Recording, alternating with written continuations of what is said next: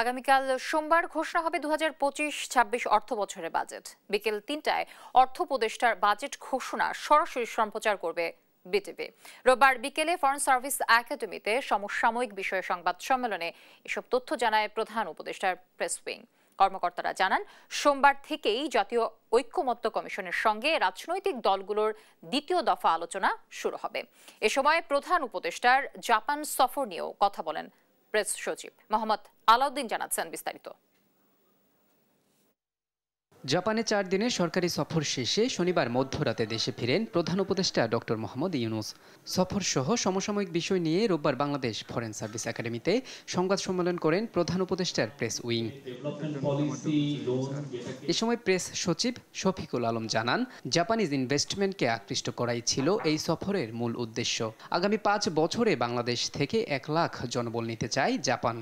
এই ট্যুরের মেজর দিক ছিল একটা হচ্ছে ইনভেস্টমেন্ট, জাপানিজ ইনভেস্টমেন্টকে অ্যাট্রাক্ট করা। আমাদের সাথে সেই এই সংক্রান্ত একটা সেমিনার হয়েছে, সেখানে জাপানিজ কোম্পানিগুলো জানিয়েছে যে তারা আগামী 5 বছরে বাংলাদেশ থেকে 1 লক্ষ লোক নিতে চায়। মাতারবাড়ি নিয়ে মাস্টার প্ল্যানে জাপান সহযোগিতা করবে জানিয়ে তিনি বলেন, $29 বিলিয়ন মধ্যে বড় অংশ দেবেন তারা।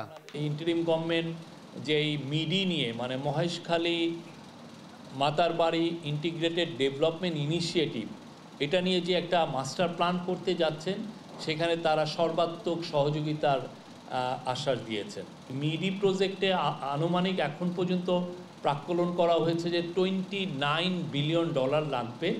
তো $29 বিলিয়ন আমরা মনে করছি যে একটা বড় অংশ মানে বড় সাপোর্ট আমরা জাপান থেকে পাবো। এদিকে উপপ্রেস সচিব আজাদ মজুমদার জানান, আগামীকাল সোমবার বিকাল 3টায় ঘোষিত হবে নতুন অর্থ বছরের বাজেট, যা বিটিভিতে সরাসরি সম্প্রচার হবে।